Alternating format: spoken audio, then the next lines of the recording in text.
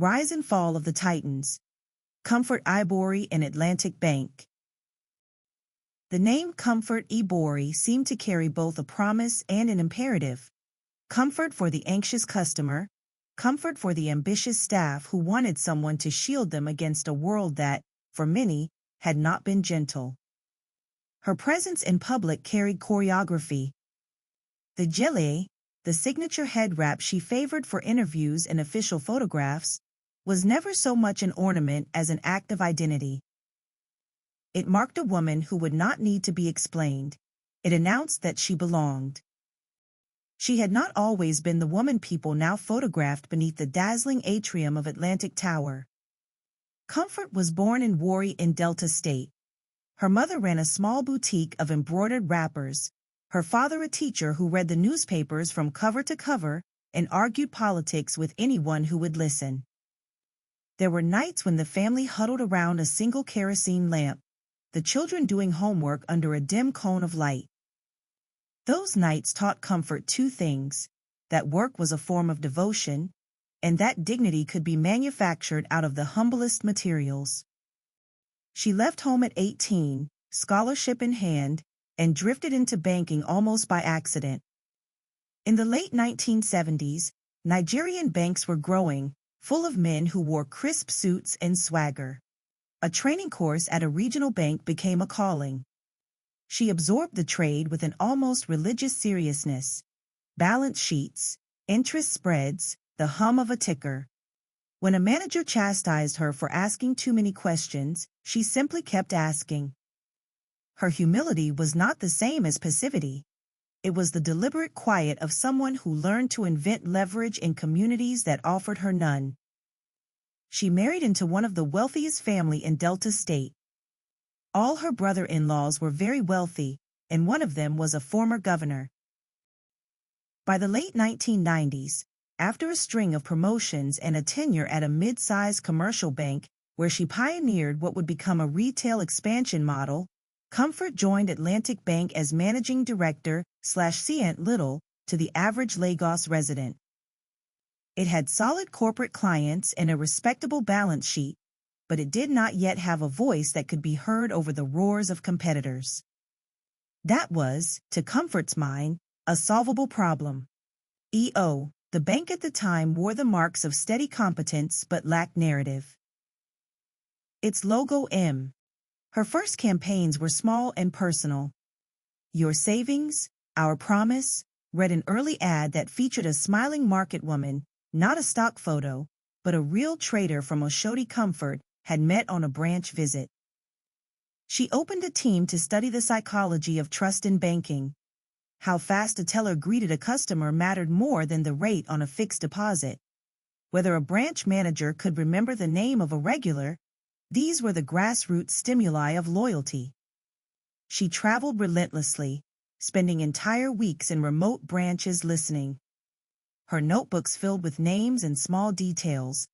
The baker in Aba who feared digital banking, the university student in Enugu who wanted a loan without humiliating collateral, the elderly man in Benin who came for a cup of tea and stayed to gossip. Friends joked that she was building a cult of comfort.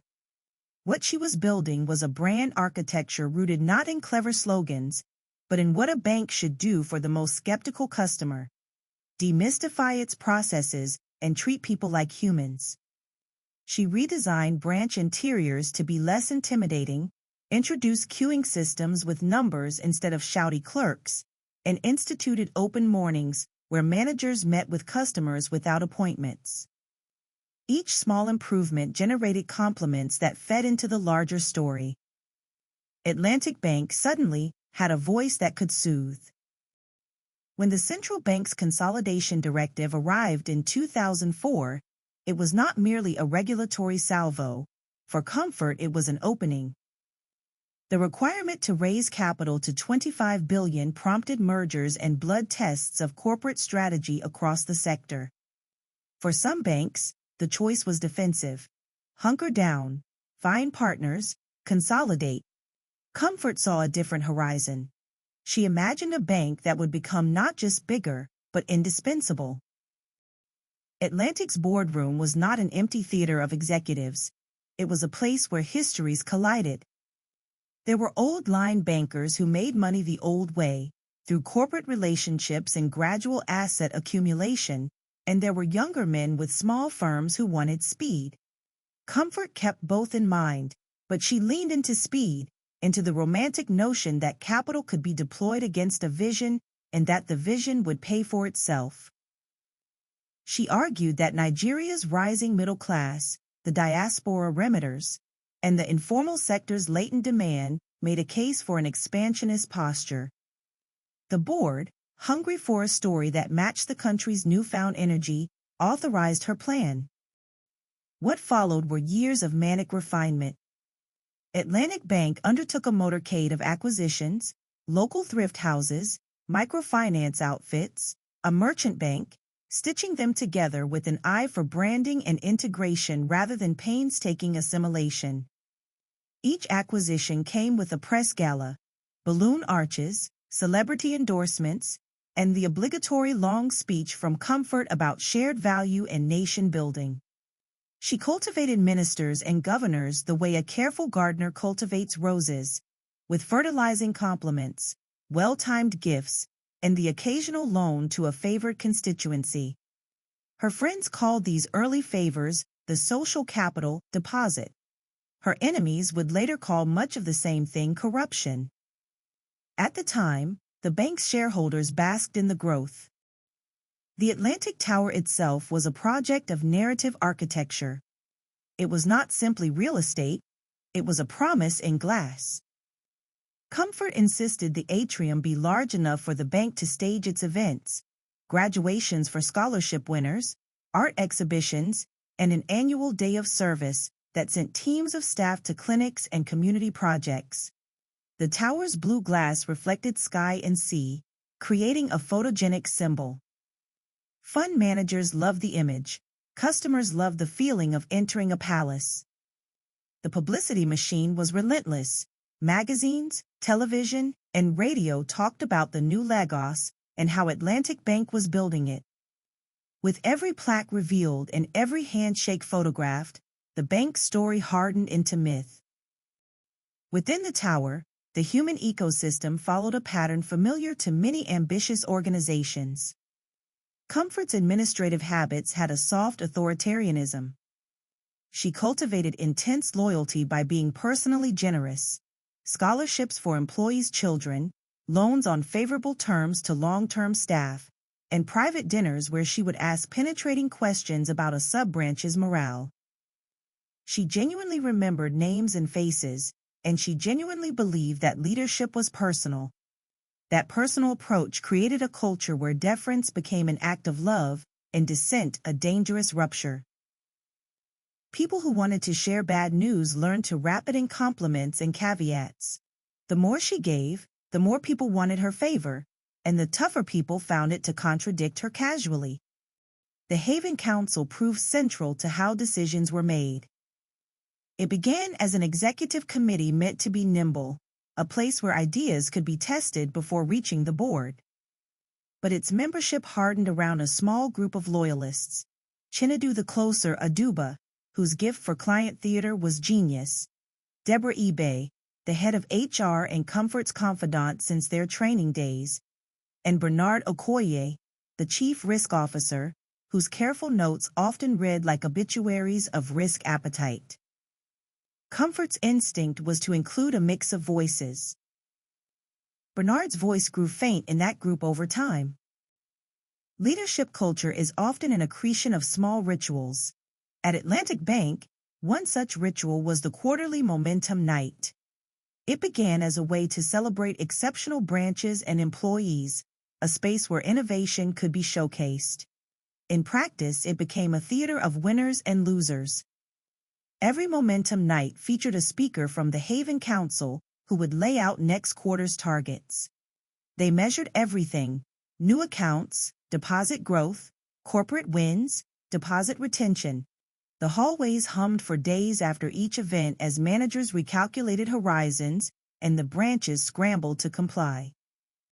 The instruments of compliance took a predictable form: inflated targets, incentive schemes that rewarded new loan volume more richly than loan quality, swift promotions for high performers who brought in headline-grabbing corporate clients. The notion of goodwill, of doing what was fair and sustainable, was subsumed by a more seductive credo: growth first, sustainability later. 100 small decisions reinforced the pattern. Managers who argued about quality were told they were slow. Executives who asked awkward questions about collateral were painted as lacking faith in the vision. On any given weekday, the Atlantic Tower's executive floor felt like a well-run embassy. Chauffeur-driven cars arrived and departed. Meetings blurred into lunches, yet beneath the polished veneer, operational corners were cut in ways that, at the time, felt like practical expedients. Documentation was cumbersome and slow. Sometimes clients need immediate decisions, and sometimes reputations were seen as collateral. Valuation reports from small surveyors were accepted as routine because the bank had grown in a competitive rush. Once you open the door to convenience, it becomes habit. The bank's internal audit unit complained about resources. Bernard quietly kept premonitory memos. "We have a concentration in property in a cluster of loans with political connections," he wrote in August one year, "which may create correlated exposures if the macro moves against our borrowers." The memos nested unread in folders. Funmi Adebayo was a young loan officer with a penchant for meticulousness. She had joined Atlantic Bank out of postgraduate's hopeful idealism and found herself impressed by the effusive culture. At first she thrived. Customers loved her thoroughness, her branch manager trusted her, and she believed she was part of a mission. But she also learned quickly the cost of being too particular. She had spent 2 days visiting a site that a developer claimed was prime land in Abuja. Her photographs showed a sodden field and a signboard with a local name unfamiliar to maps. She compiled a detailed report and sent it up what felt like an eternity of CCs. Weeks passed and the loan was flagged as approved on an internal tracker. When Chinedu called her into his corner office, she braced herself for rebuke. Instead, he smiled in the way of a man who had practiced the soothing speech 100 times. "Funmi, our industry lives in the future. The governor's brother wants an investment that will catalyze housing in the area. Names matter, networks matter. We can document later." The conversation made a deep and conflicting impression on her. The bank's mission and the bank's methods were diverging. Small trade-offs multiplied into patterns. The bank's Asset Liability Committee met less often than policy required. Minutes were sometimes written after meetings as if by recall. Related party lending popped up as a convenience. If a top executive recommended a borrower, paperwork could be accelerated on a whispered assurance. The freedom to do these things was enabled by the atmosphere of trust that Comfort had created, a trust built on personality rather than process. It was not evil by intention. It was a human calculus of expedience that would later be judged as negligence or worse. In public, Atlantic Bank accelerated its consumer-facing presence. Its adverts were infectious, a radio jingle that mixed pidgin and English, posters showing graduates receiving loans to start businesses, and branded school bag giveaways that landed the bank in municipal festivals across the country. The bank staff uniforms, navy with a silver wave, became a status symbol in neighborhoods. And there were, as there always are with fast-scaling institutions, the rituals of power, awards nights, gala dinners, and a foundation that gave scholarships in the bank's name. These helped to tighten a network of stakeholders who had a vested interest in the bank's success and a vested reluctance to inquire too closely when whispers began to surface. As Atlantic Bank rose, journalists, politicians, and competitors watched with a mixture of admiration and wariness. The bank was a national story, the emblem of a modernizing Nigeria. It could be argued that Comfort's greatest achievement was not a balance sheet, but the way she made financial service feel like a civic project. She positioned her bank as a builder of bridges, literally and figuratively, between opportunity and the citizen. People tested that promise and trusted it. The question that would later terrify regulators was not obvious then. How long could a cathedral of ambition stand if its foundations were built on 1,000 small compromises? In the corridors of Atlantic Tower, the compounding arithmetic worked its quiet magic.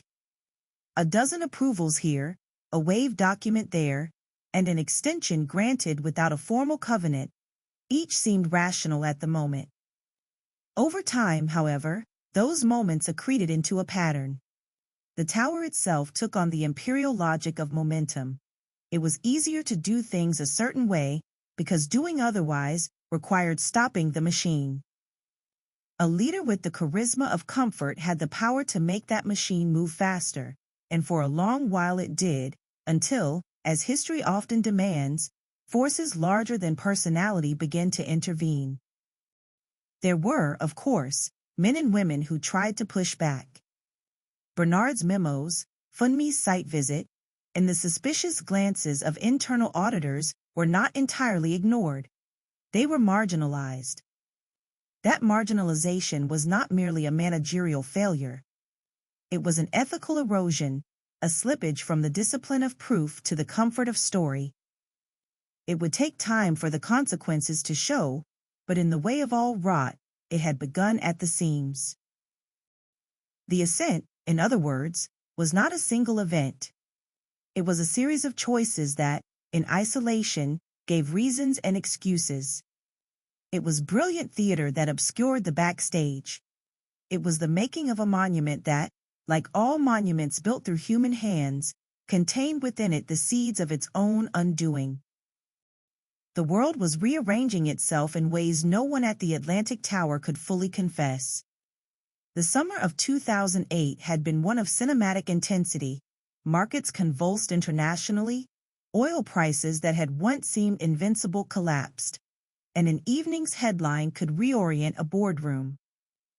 For Atlantic Bank, however, it was not the global theater that dealt the first grievous blow so much as a domestic truth that had long been simmering beneath polite optimism. The bank's exposure to the domestic property market had grown into a cathedral of leverage. In its effort to be everywhere, to fund the big mall in Lagos, the gated estates around Abuja, and the offices that made up the new skyline, Atlantic had concentrated heavily in real estate loans. When property prices surged, the numbers looked heroic. When they wavered, correlations emerged, and contagion took a shape both ugly and simple. Borrowers who relied on stock market valuations and oil-backed revenues had their asset baskets shrink overnight. The first Friday when the market plunged, the bank's risk desk sent an alert that read like an alarm: early warning signs, increasing defaults in the construction portfolio, and a concentration of facilities tied to politically connected borrowers. The message was routed to the Atlantic Bank management team. The executive management meeting convened, and in the sterile glow of the boardroom screens the debate began.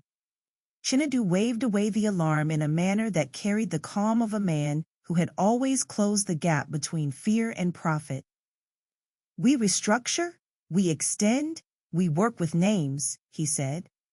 "Crisis is an opportunity to consolidate relationships." Comfort listened, her face a study in composed calculation.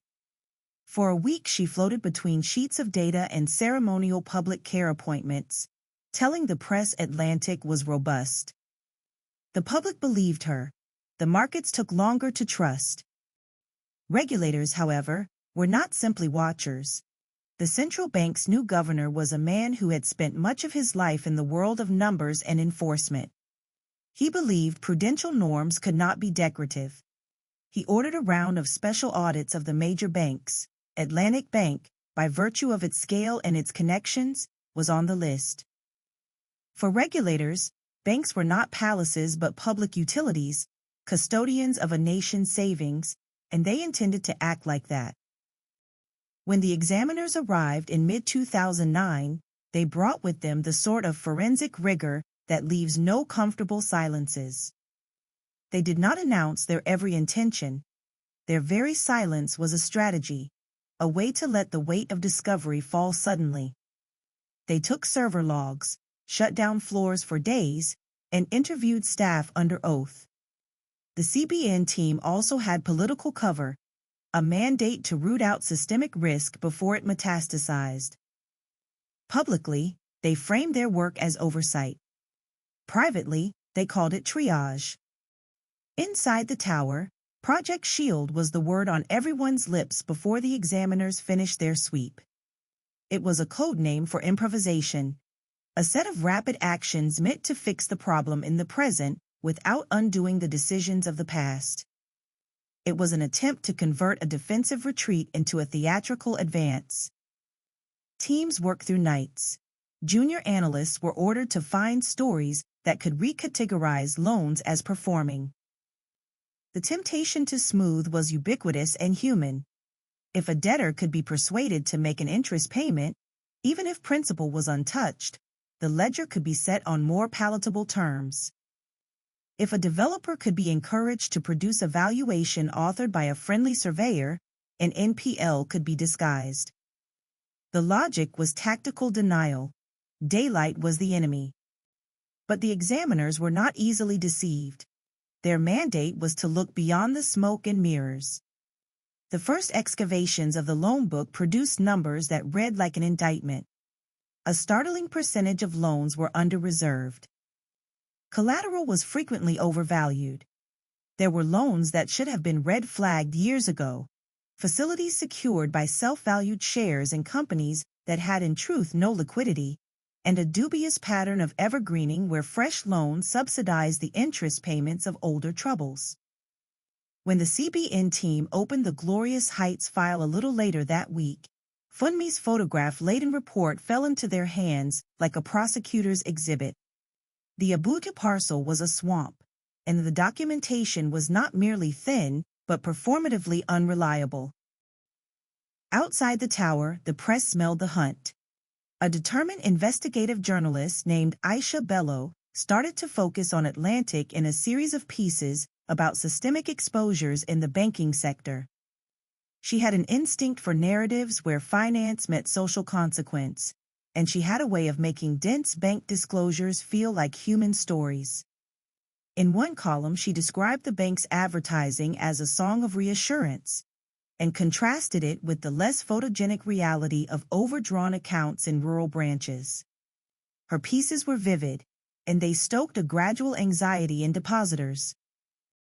At first, the bank responded with its old tools: reassurance, public relations, staged goodwill.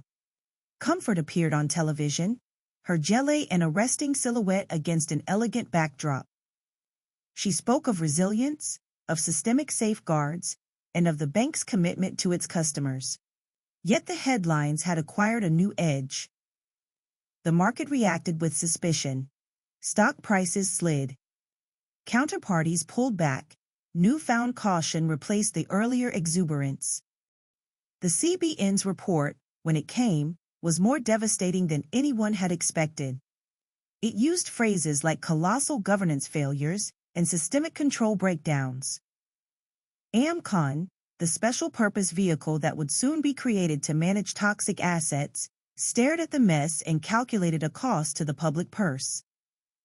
On broadcast television that August afternoon, the CBN governor stated a set of conclusions that would reshape Nigerian banking: the removal of certain senior managements and the appointment of administrators to run troubled institutions. Comfort was named publicly as one who would be suspended pending investigation. The moment felt cinematic because it was. Television cameras caught her as she left the tower, gelée perfect, face slack as an actor's mask that suddenly cannot conceal fear. That first weekend reconfigured everything. The CBN entered the tower with not just pens and ledgers, but a will to exert control. They took over systems and sealed certain accounts. The word insolvent was used in internal memos. The bank's board convened and, for the first time in a long while, read documents that had not been massaged into corporate sheen. The interior atmosphere shifted from smug composure to sharp, surgical panic. Project Shield, which had once seemed a necessary act of corporate survival, now appeared as an assortment of theatrical fixes that revealed rather than remedied the bank's vulnerabilities. The EFCC's interest was not merely regulatory but criminal. The Commission, which had been gaining power and legitimacy in recent years, had been watching the banking sector's behavior with a wary eye. Its mandate to investigate economic crimes now anchored on evidence that looked less like negligence and more like systematic enrichment by insiders. Where private benefit had been presented as informal favors before, the forensic accounting team now traced funds through shell companies and offshore accounts with a clarity that made the moral ambiguity of previous months look like malice. For the investigators, the paper trail was both elaborate and silly. Fraud is often simple because human beings are lazy about disguising their appetites. They found kickbacks hidden in the purchase of consultancy services that had no apparent deliverables. They found loan agreements in which collateral requirements were waived in board minutes that did not reflect discussion.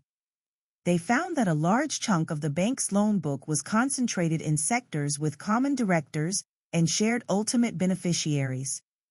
These configurations suggested more than incompetence. They suggested intentional favoritism. The arrests that followed were staged with a clinical efficiency that would leave long impressions on national memory. Chinedu was taken in a dawn operation. He waived his rights in a way that suggested he had considered the possibility of cooperating. Some would later interpret his cooperation as self-preservation. Others would see it as a penitent who could not bear the weight alone. His confession was not instant but incremental. Under pressure, he began to lay out how approvals had been facilitated by verbal guidance from the top, and how large sums had been channeled through intermediary companies that circled back to individuals within the bank's orbit. Comfort's arrest was less theatrical and more elegiac. She had, by then, been stripped of her titles and her phone calls filtered through counsel. Even in the moment of arrest, her demeanor did not disintegrate into melodrama. She remained composed in a way that suggested she had rehearsed for dignity as a defense. The cameras caught the procession into a waiting vehicle, her gilet intact, and the image seared into the collective imagination, a woman who had scaled heights now heading into confinement. For many viewers, the image was instructive in an unexpectedly moral sense. The symbol of the bank, the personification of its narrative, was being carried away by forces that had been invisible until the ledger's truth was exposed. The courtroom was a theater of competing narratives.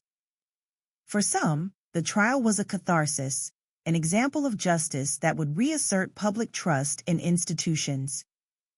For others, it was a spectacle of scapegoating, a way for elites to shift blame to individuals while preserving broader networks. The truth, as often happens in legal dramas, lay somewhere in the negative spaces between the two. The prosecution unfolded with the relentlessness of someone intent on stitching a coherent tapestry of culpability. Forensic accountants presented transaction flows with the methodical patience of cartographers. They displayed bank statements that linked transfers to shell entities, and those shell entities to property purchases in neighborhoods where the scale of spending could not plausibly be reconciled with declared incomes.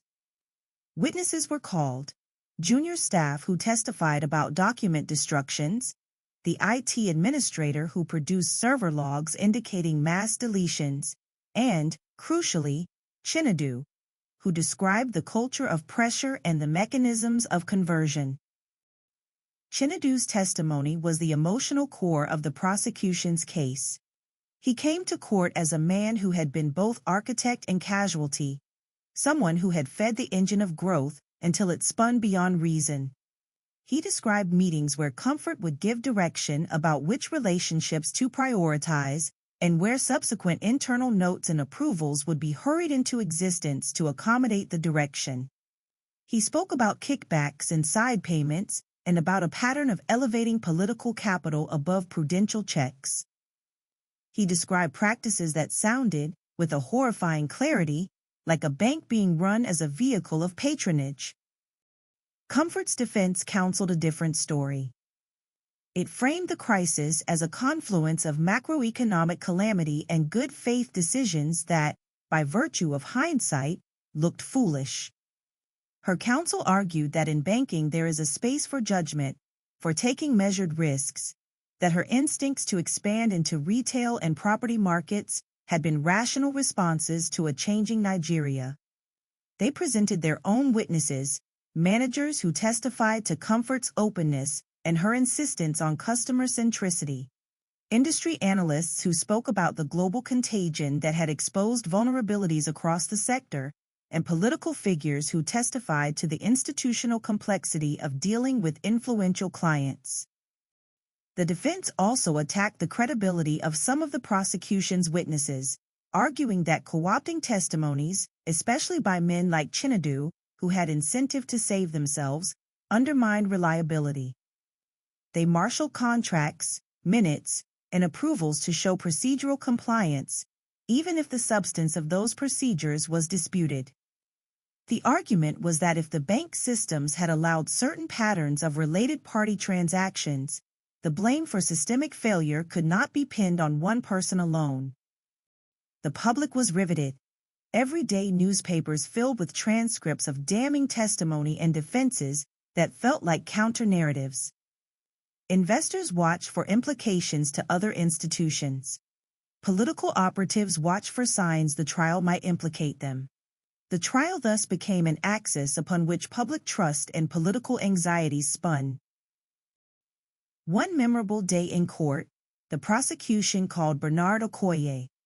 At a previous meeting he had been the understudy of Prudence, the man who wrote the memos in the margins. On the stand, he spoke with a sorrowful, almost fatherly cadence about being sidelined. He explained his warnings about concentration risk and his repeated requests for independent valuation of large property exposures. He read portions of his memos into the record, which made a quiet room thunder like an ancient hall. His testimony was not merely about procedural failure, it was about the human consequences of being ignored. He did not want retribution. He wanted restoration of a principle he had always believed in, that finance had to be tethered to truth. Another human scene that stayed with many was Funmi's testimony. Called reluctantly, she recounted the Abuja site visit with a detail that made the courtroom feel like that swampy field. She spoke about being pressured, about feeling the weight of the bank's reputation, and about the moral discomfort of seeing a careful report disappear into a file labeled Executive Review. She did not speak with the arrogance of moral certitude. She spoke with the melancholy of someone who had tried to do right and had watched the system reward expedience. The judge listened with slow, deliberate attention. He was a jurist known for resisting performative displays of virtue.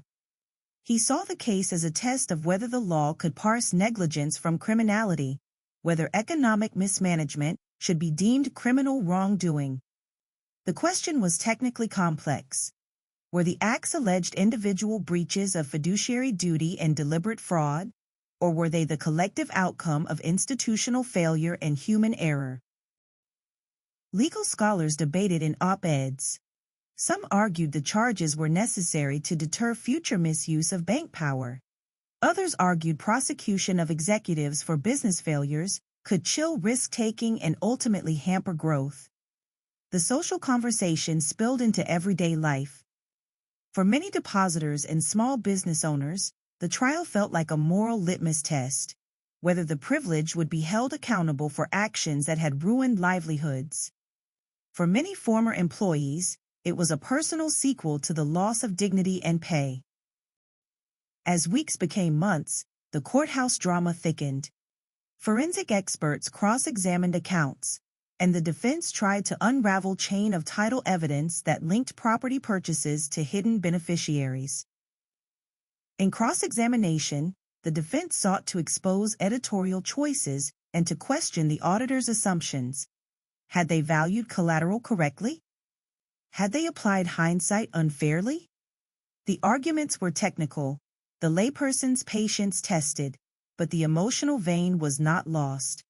The victims, small manufacturers, laid-off staff, a teacher who had lost a retirement fund invested in corporate securities, were called to tell their stories. They were the human numerators of the bank's fall. Their testimonies were raw and terribly precise. When the verdict finally came, it felt like a national breath held for too long. The judge's summary was measured. He acknowledged Comfort's public accomplishments. He noted that the bank's expansion had created jobs and had served communities. But he did not equivocate on the law. He found evidence of reckless granting of loans, of systemic failures that went beyond reasonable business judgment. The sentencing balanced retribution and deterrence, a custodial sentence, asset forfeitures, and fines. The court was careful to attach legal consequences to specific acts, rather than to the more nebulous charge of being wrong in a business sense. The sentence sent ripples through the social fabric. For some, it was a vindication of the rule of law. For others, it was an injustice, a leader punished for the sins of an entire sector. For Comfort herself, the sentence triggered a transformation from public architect to private penitent. Prison was a place both horrid and unexpectedly human. The correctional center was not a palace, it was an institution with rigid schedules, limited resources, and a social structure that mediated power in odd ways. Comfort, stripped of executives' privileges, wore the state-issued uniform but kept a personal code. She would be neither insolent nor sycophantic. She would attempt to be useful. Inside, she taught in the small literacy classes. She spent hours helping younger inmates with basic financial literacy and with the mechanics of managing small-scale enterprises. It was a curious circular return for someone who had once been a symbol of aspiration. There were days she found solace in the taste of actual accountability, the stark, unadorned recognition that actions had consequences and that flattery could no longer smooth a public truth. She kept a small notebook of reflections. In it were terse entries that talked about failure not as a one-time cataclysm, but as a long attrition of bad habits. There were awkward friendships and sharp resentments. Former employees who had worked under her now avoided her in the prison yard. Some prisoners, unaware of her notoriety, sought counsel and mentorship. Guards sometimes looked at her with a mix of curiosity and contempt. The human nuance of confinement was not the courthouse drama. It was the small daily reality of learning to live with one's choices. Outside, the nation's wheels continued to turn. Ancon did the painstaking work of carving out bad loans and seeking to privatize viable operations. The federal government, spooked by the crisis, changed regulation and increased enforcement. Fit and proper tests were strengthened, governance standards tightened, and the CBN remade its supervisory apparatus to be less tolerant of rhetorical assurances and more demanding of verifiable proof.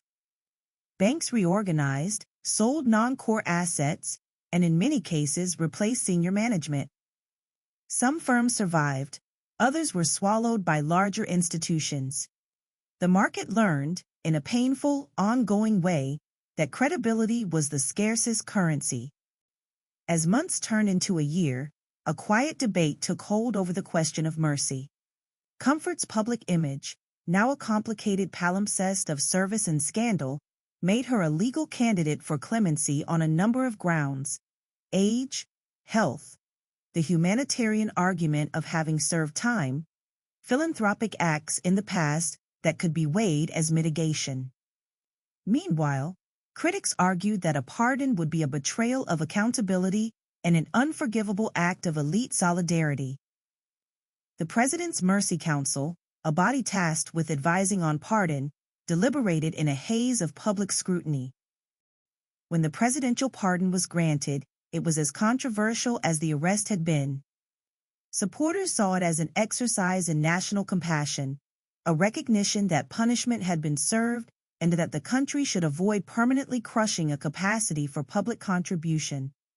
Critics saw it as an elite maneuver, an act that signaled privileges could be renegotiated rather than repaid. Comfort's life after release was not triumphant but complicated. She remained a public figure, but one who had been fundamentally altered. Her forfeited assets were gone. She had no return to her former office. She lived modestly in a smaller house, avoiding the glossy circuits that had once fed her ego. She gave interviews but often requested anonymity.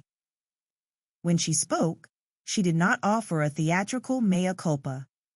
Instead, she offered careful reflections about systems and habits, about the small decisions that accumulate into moral outcomes. Some found her remarks insufficiently contrite. The human aftermath was even more diffuse. Former employees tried to rebuild careers. Some, like Funmi, left the sector for a time and then returned to finance with a quieter ethos. Others never recovered emotionally or professionally, their names linked permanently to that bank. Small businesses that had been harmed by sudden freezes and lost credit lines closed for good. Their owners became statistics in academic studies about the crisis's social cost. In boardrooms and university classrooms, the Atlantic Bank case became a cautionary narrative. Business schools rewrote modules on corporate governance around it. Lawyers taught the case as a study in how criminal liability can attach to reckless management. Regulators used it to design new disclosure mandates and reporting technologies. The story of the bank, and of Comfort Ibori herself, became a moral parable about the interplay of charisma and control, about how performative leadership can obscure the discipline of process. The final public lesson of the saga was less about individual guilt than about organizational habit. The Atlantic story became a case study taught to directors and executives, the dangers of favoring growth metrics without corresponding quality controls, the necessity of dissenting voices protected from retribution, the vital importance of institutions, audit committees, risk functions, and regulators that operate independently. In classrooms and boardrooms, the case prompted an awkward self-examination. On an ordinary afternoon, years after the trial, a small plaque was placed in the renovated lobby of the renamed tower.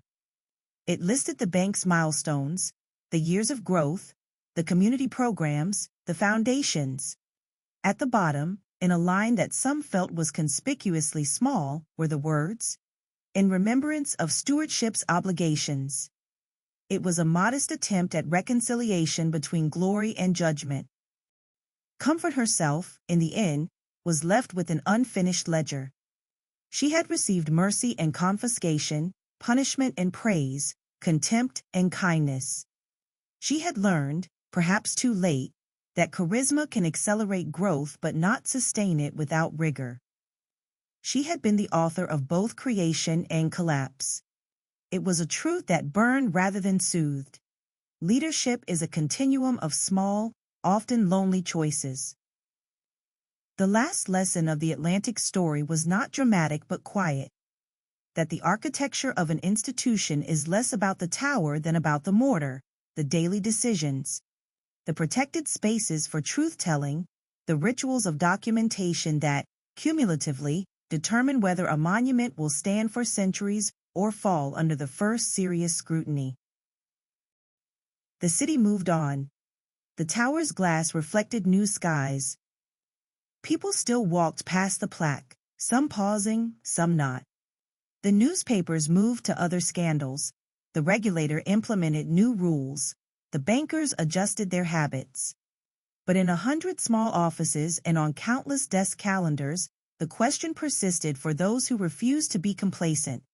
What quiet decision will you make today that compounds toward endurance rather than toward decay?